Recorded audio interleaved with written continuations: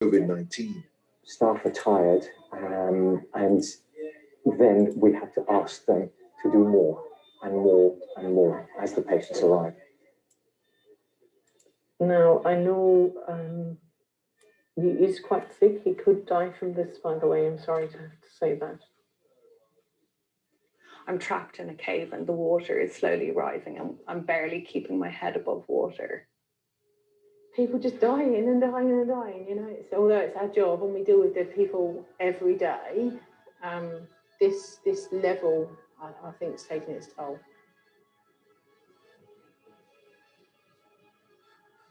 Sorry.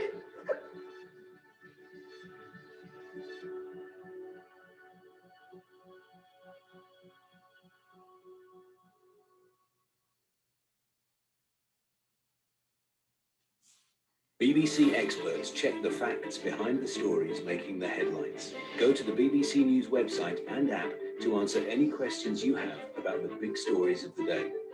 Reality check. Get the facts straight.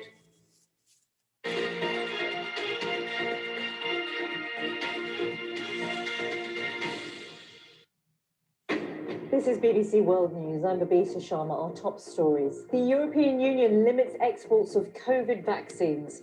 The move forces drug companies to get permission before supplying doses outside of the bloc.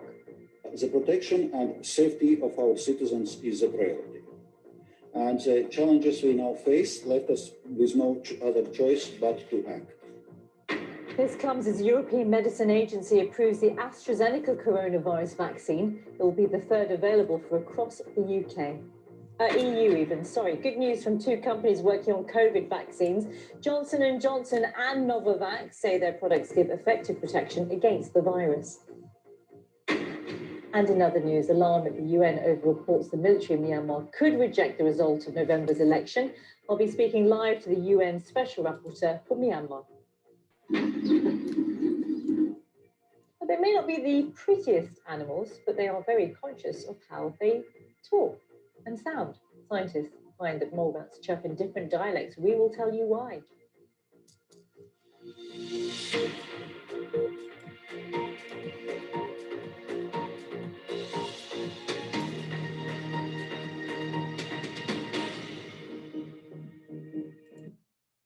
Hello. Just turn your microphones on and say hello. Oh, yeah, I see. Hello. Hello. How are you? I'm fine, thank you. And what about you? I'm doing good. I'm just trying to survive. You know, everything is good. Oh. So, Anastasia, can you say something? Yes. Okay. Hello to you. How are you? Oh, I'm fine. What happened while you're going to survive, while you're surviving? It's just, you know, it's just a saying. It's, well, there are lots of things which we can say, like something like hanging in there, or I don't know.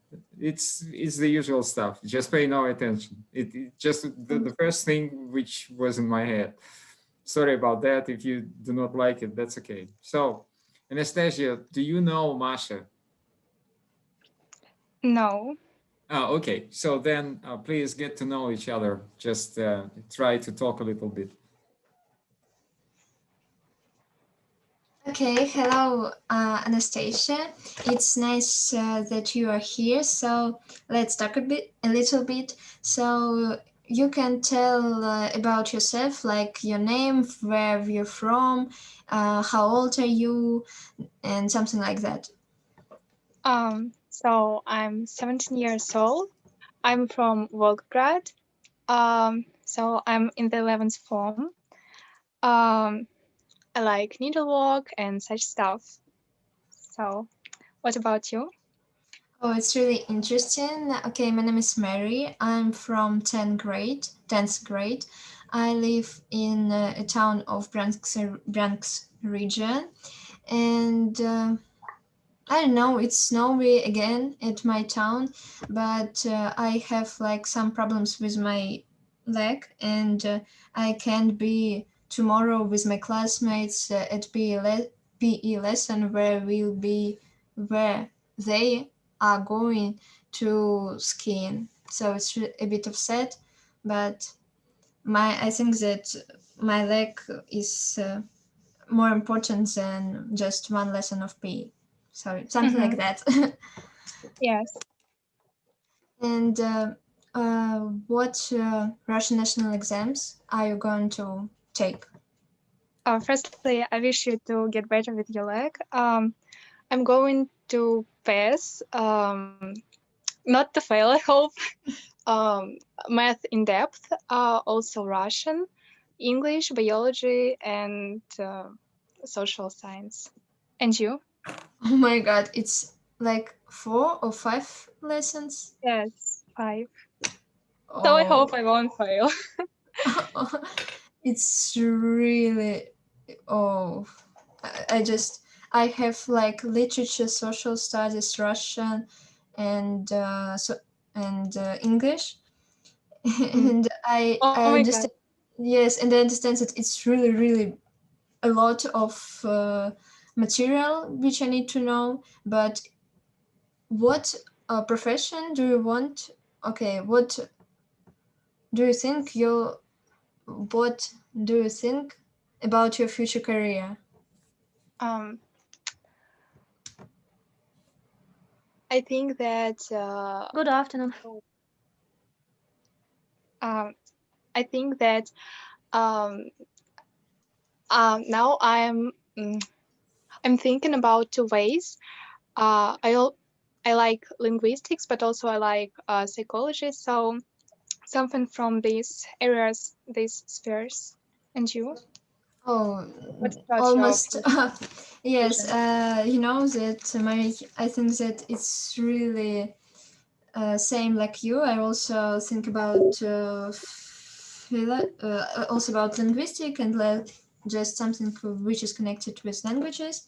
But why do you want to take a Russian national exam in biology? Because I need it for psychology, if I choose it. Okay. And also social science for linguistics. So. Okay, just good luck you, because it's, oh my God, I can't. You also good luck at literature, because I would think and press it, but I will fail it 100%. So.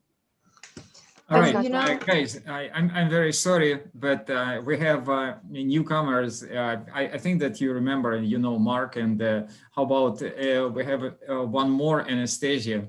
So can you just talk with them also to join? Okay, so hi Mark, hi Anastasia. Hi. How are you? I'm fine, thank you. How are you? What are you talking about? We just were like knowing each other, talking about Russian national exams, about future careers, like jobs, so you can tell about yourself too. Oh, thank you. So I'm a student of pedagogical college already. I have studied for 5 years. Also, I'm a teacher of English for the 2nd year. Wow. And thank you. What you can tell about yourself? Okay, my name is Mary. I'm in 10th grade. I'm from Branks region, and I wanna ask you some questions about your profession. Just like, how do you choose that you want to be like a teacher? Do you really want this, or it's just like you want to be, I don't know, maybe like linguistic professor or something like that, and you don't have a lot of scores and Russian national exams, and just the only option was like to be a teacher? Oh, to be a teacher, you should be very clever. And yeah, I understand. Yes, I know. Scores. I chose this profession because I love children so much, and I have a biggest desire to be a teacher? It's really, really cool and amazing because it's really a small number of people who really have a Unfortunately. passion for that. Yes, yes. And we were talking with my teacher at school about that. She's teacher of history, and she said that there's something must be happen in our world, in our country, that like youngsters want to be teachers because there's really, really bad conditions. Okay, maybe in Moscow it's good, but like in regions, people don't want to be teachers at all. Hey, ladies, we have one gentleman. Please. Yeah. Hey, everyone. Yeah. Hi. Yeah. Hi, Mark. What happened to you? Well, you know, the reason why I did not visit these classes was that I was chilling in the hospital for something about 2 weeks. That's why. But you know, I'm really satisfied that now I have that. Yeah. That I'm able to join classes now. Okay, But so why you're in a hospital? You know, I had a kind of a disease. It's known now as sorry, appendicitis, or I don't really remember how it's. Yeah, that's correct. Appendicitis. Well, yes, great, and that's why I was in the hospital. And you know, it was first time it was really hard being there, but then I just got over it that time in a hospital, and I'm just deal with that. Okay. And now it's okay. And how do you feel now? Is it okay? Well, you know, it's much better. By the way, when I had this disease before my surgery, nothing hurts because you know, comparing to my feelings when one day after surgery, every step I was making, it was really, you know, heartful. But now I'm really satisfied that I can even go to swimming pool and there is no any limits for me anymore in physical activities. So Mark, that's great. I hope that everything will be fine, and I can understand you because I have the same problem when I was 10 years old, and I really hope, and it's really cool that you don't have any like bad feelings after surgery, but because in my case I was like about a week I was just like learning to go to step by step. It was difficult and I understand everything that you said, and it's really cool that you can swim right now, because for me I can't dance and have PE lessons, I don't know, maybe for about 2 months or 2.5, and I'm really like that you don't have like this experience and that everything was like in light form. So we have two Anastasias, and so ladies, how can we call you so that you will easily understand who I am addressing to? What do you think? How can I be just Nastya? Okay, Please. Nastya and Anastasia. Okay, yeah, I understand. So then I will address Anastasia. So do you know Mark? Yes. Okay, yeah, that's good. And Nastya, you know Mark? No, I don't. Okay, Mark, then introduce yourself a little bit, just a couple of sentences. So sure. Hey Nastya, I'm Mark. I'm 14 years old now. I'm going to the 7th grade. I live in Perm. I've been studying English for something about 6.5 years already. So what about you? You have so great results. I'm studying this language so long, 5 years in college, fifth. and I studied in school, but our teachers changed so much, and I haven't got so knowledge. That's why I'm here All right. to Yeah. improve in my English. Yeah. So, ladies and gentlemen, let me just offer you the big question for a discussion for tonight. And later on, probably if we still have some time, do not forget that we have only 40 minutes. So after that, probably we will talk about the book, but it depends on how much will you talk about this big question. So lately, I've been attending, as always, trying to attend. Okay, let me just turn my video on so that you can see me. I've been attending a class of a course from the Future Learn website, and I highly recommend you to join this this website, Future Learn. So it was the course about teaching young learners online. So that brings us to a very big question. And believe me that millions of teachers around the world, they discuss like crazy this only one question: how to teach online. So what do you think? That's a big question for now. There lots of offers, lots of dissertations, lots of theses, just people just writing and presenting lots of their ideas. Just share your ideas about how to teach, how to study online. Okay, go ahead. How to study online? You should just teach. Just prepare some lessons, prepare some videos, prepare some tasks, something interesting, enjoyable for children. Okay.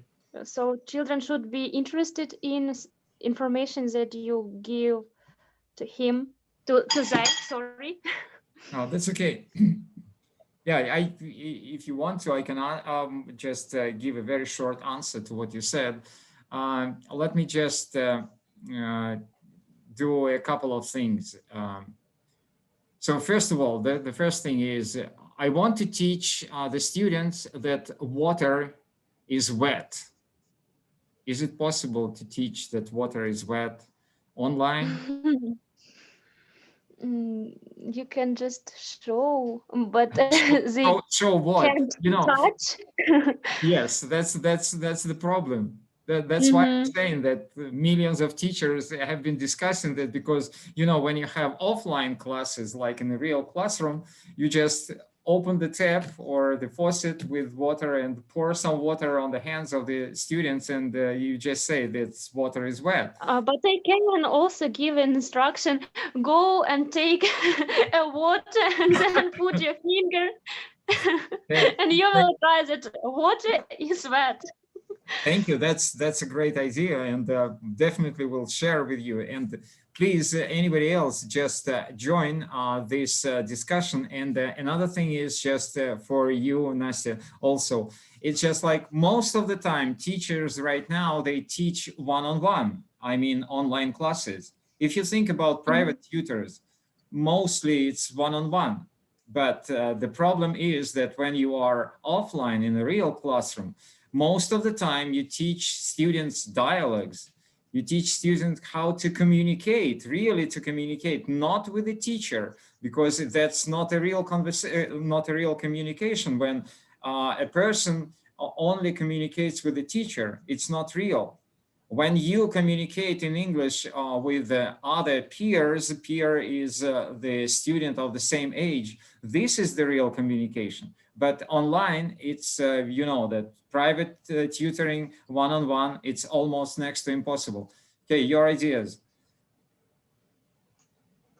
Okay, I understand that it's really difficult, but I think that there's not only a teacher problem to, okay, it's not only for teachers that they must think how we can learn people, because we have like a distant learning, and there was a lot of problems just because of there's like two different groups of people. First group is just like people who understand that they won't learn, that it's really necessary for them, and they was on all online lessons, online lessons, and they did the homework and all the stuff. But the other group, they just it was no school at all, and it was just bad. And right now we can see results when we on our lessons at school. And I think that it must be something like, I don't know, maybe discipline, maybe some ideas to control, I don't know, maybe some apps, new apps, or Okay, because just giving an answer to you from those teachers and those courses. So what they say that when you it's really hard to manage, we call it to manage the students, the classroom management. So what, and you know, just elaborating, working more with what you said, the problem might be that some of the students, or they will start pretending that they do not have a good connection with the internet. Of course. Like a teacher, I really felt that they say that bad connection, I don't hear you, there is so much noise, I can't answer, or I can't switch on my camera because I'm so sleepy, or something like that. So many reasons at 1 second. Absolutely. So, and one of the teachers just offered a suggestion how to fix that. And if you look at my video right now, that's what I picked up from her idea. So she suggested the students, participants, to use the background, the virtual background, which I've been using right now. And you know, lots and lots of students, they so like the idea, because immediately in the classroom appeared lots of absolutely different backgrounds for every student. And so that means that you cannot say that you have a bad connection, or your camera is not working, or your microphone is not working, and so on. So it's just a little trick, but at the same time, you understand that it can work. All right. Any other things? Any other ideas? And also, you know, if no one said anything, I think that also, like, in my case, I was going to school, and we have a lot of teachers that we really appreciate them. And it's like also that we, like, how to say, we are afraid of them a little bit. And because of that, we cannot miss the lessons. And I understand that it's really bad, like keeping students to lessons and only because of fear. But you know, I understand that it's bad, but it's not about only fear. Maybe like sharing that you are really interested in people, in your students, in your lessons, because we have teachers which even do not have any Zoom call at all. They was just give our homework, and that's all. And it was new material and new topics, and we just didn't understand anything, because it was physics, and it was just insane. Yeah, you know, together with what you said, maybe I mentioned the previous classes. I used to work a couple of years before for the regular school, teaching English to very young learners, like the 2nd grade, the 3rd grade, the 4th grade. And so, you know that the regular thing is to give a home task like listening the audio files. And everywhere on the internet, you have these so-called the supplement materials for every course book, like, you know, the Spotlight or Rainbow English or whatever. You have the online audio supplements. So my regular task was just, hey guys, go on the internet and listen to the homework. And so the kids say, I do not have a computer. And I said, okay, use your smartphone. I'm not using a smartphone. I'm using just a, this only push buttons phone, which is pretty old because parents do not allow them to use that, and so on. So nowadays, when people say, hey, we have distance learning for everybody, not really. I wouldn't believe that lots of people have laptops or desktops or real computers at their home. Most of them, they just join these Zoom classes on their cell phones. And that's the best possible scenario. Okay. You are talking now about my life, really about my problems, about my children that don't have phones because I work in a small village in Ukraine. And really, this is so hard. This is so difficult.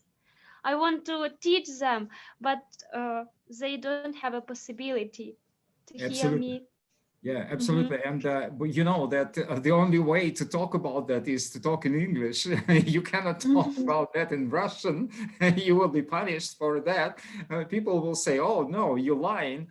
We have lots and lots, and they will show you lots of classes with online and so on. Yeah, I understand. So that's the very big problem, as I can understand, and we need to do something about that, and I have no idea how to help here. Okay, but I see that not everybody join us. Mark and Anastasia, do you want to say something about that? Because I have another question. Maybe you want to add something. Well, Anastasia doesn't have any willing to start first. Let me then. Okay, I have the same situation in my class because when we had distance learning, everyone was using their phones. Because I'm the only one who has a computer. And considering that fact, I don't see any trouble, so to say, because it's still possible to join classes using cell phones. So, computer, yes, of course, is going to be much comfortable, but still not necessary. Yeah, together with what you said, let's break it down. So, for example, right now, people are trying to join us, but they cannot because you know that when I give the passcode and when I give the login to the room, it fits immediately through the laptop or through the desk computer, but not always through the cell phone, like you said. And that's the biggest problem. I have no idea why, but it's usually it works like that. People cannot get inside the room through the phone.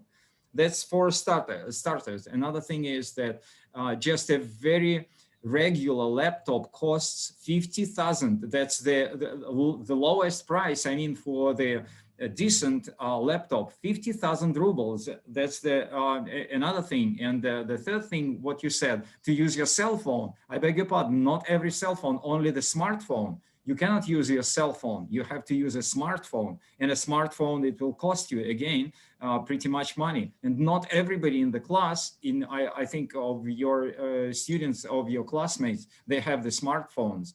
Lots of the students, I saw it with my own eyes, they have only these push buttons cell phones, okay? And can I add something? Just yeah, sure, of course. The biggest problem is that our country is really big, and there's in some regions, there's in some small countryside, there's no even connection internet at all. Correct. And I also wanna to say more. Also, if we use phones, it is complicated. I don't know how to explain, but for example, if we use computer, the big display, it's easier for us to understand. I don't know why. And with the phone, it is a little touch. I don't know how to say. Little display. So, and it's complicated to understand. So yeah, I totally agree. All right, so Mark, you want to add something? If not, we can move on. Okay, I think that we can move on. So that was the big question. And as you can understand, the big question is when it's really hard to find the answers. So we need to find these answers because as Nastya said, lots and lots of students, they're just willing to join us, willing to have these classes because of lots and lots of opportunities right now, which we have learning something online. Okay, let's move on to the second part of this big question. You know that teaching online, right now we will talk only about teaching English. So most of the teachers right now say that teaching English means teaching thinking in English. What do you think? Is it teaching thinking in English or something different? Do you understand what I'm saying? Teaching English right now means to teach thinking in English. Am I correct or am I wrong? What's your ideas? What's your opinion? I'm totally agree with you because it's like from my experience, because when I see only grammar stuff, only vocabulary, and doesn't understand how the English like works, I cannot understand anything. But when I start deeply work with materials like reading books, watching films, when I start talking like a little bit with myself, it was firstly difficult because I always translate something from Russian language to English in my head, and it was a big mess. But right now, I think that there's no thoughts in my head in about Russian language. It's only like I'm talking and that's all, and it's really amazing. And I think that this is the most important goal of teaching at school, because in my school our teachers do not teach. We don't have a lot of practice, speaking practice, and that's really bad because it's interesting. It's amazing when you can talk, when you can share your thoughts in other language, because like uh, all your brains just like rebuild, and you can see something in the different ways, and it's just amazing. But uh, in a lot of schools, teachers, I think that maybe they are tired of what they do. Maybe they don't have passion to that, so they not interested to show people, to show them their students what learning language, what English is real, that it's amazing, and they just give something that is unimportant, and maybe do not okay, maybe they don't need to do this, that maybe in the future it will be not necessary for them. But it's really cool experience to do this, and it's really bad when teachers not do this for their students, because in my class, my classmates of my group, there is 10 people, and only 2 girls, me and another one. We really want to learn something. Others just, they're not interested, they just see some words and that's all. But the problem is that we have been learning English since 2nd grade, and I don't know, maybe about for 8 years of this teaching, they almost like, I don't know, maybe elementary or pre-intermediate, but it's really sad situation. And I think that the most important here is just that people who are teachers, they just, I don't know, it's only about people. And yes. For me, the most difficult part of it is that we do not have really many teachers online who just are willing and ready to give this opportunity for the students to talk. Yes. Yeah, that's not many of them. Okay, Mark and Anastasia, you want to say something? Yes. Well, sorry, my class teacher just phoned me. I missed what you were talking about. Sorry. Oh, that's okay. Anastasia. I wanted to add that English is a language, and in language, while language we communicate, we also think in language. So, and for example, if we study math, then we're writing.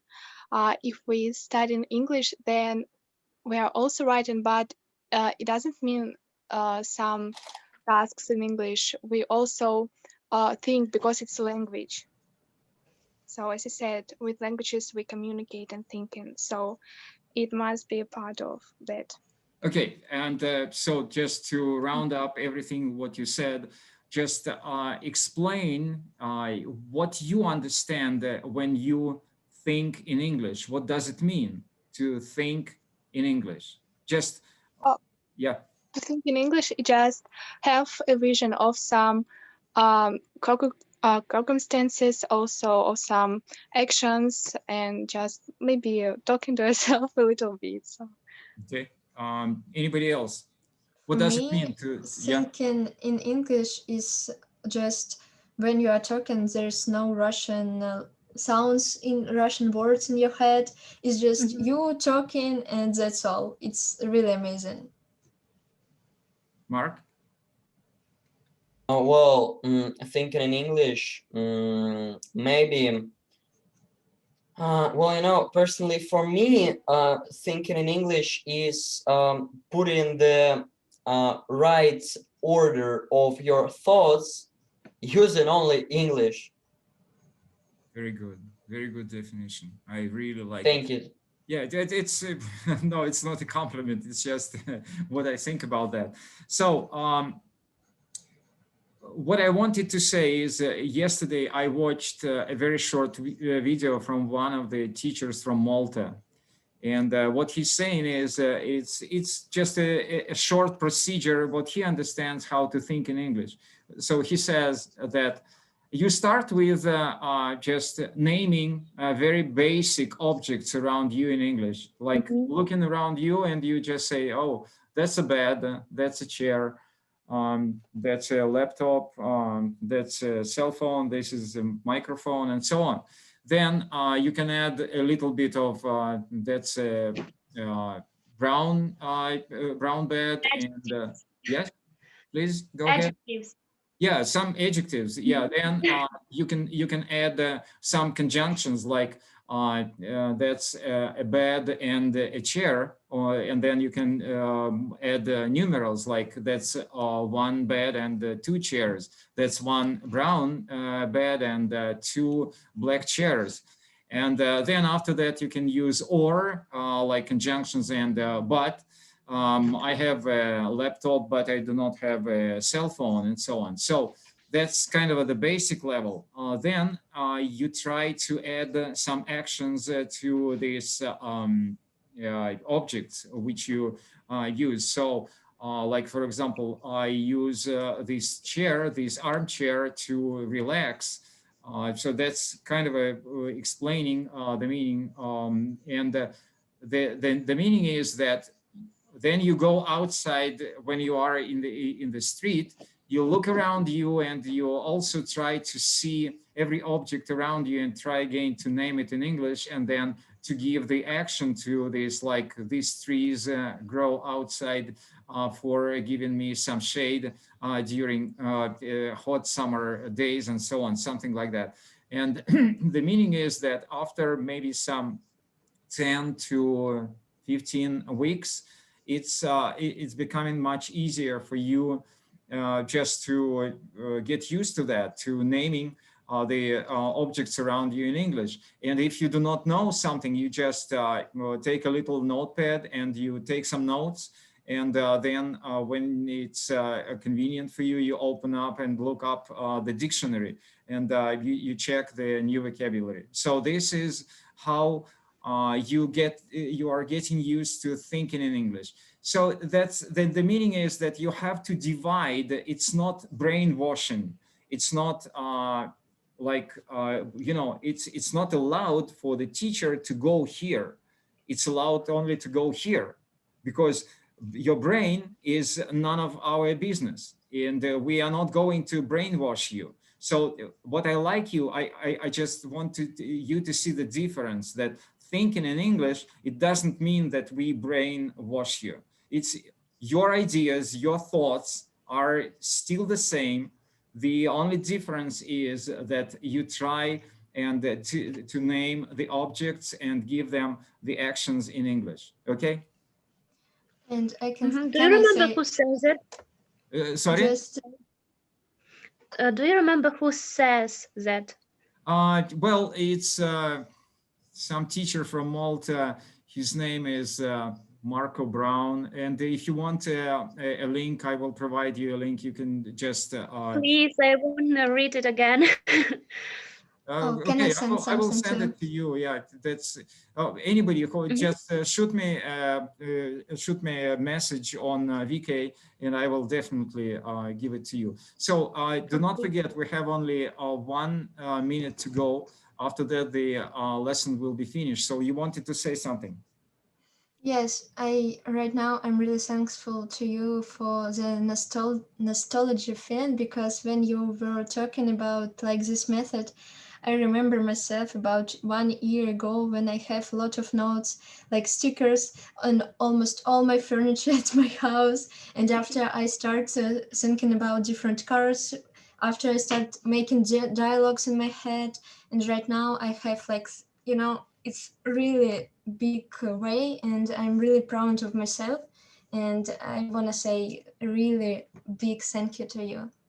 Oh, that's absolutely, this is not my ideas, as I said. That, okay. Oh, I mean that we have these lessons. All right. Yeah, that's, I've been doing this class for, I think, beginning with the year 2012. Right now, it's almost 10 years now. So that's why I'm supposed to do something which is necessary for you. I understand. Okay. Anybody else?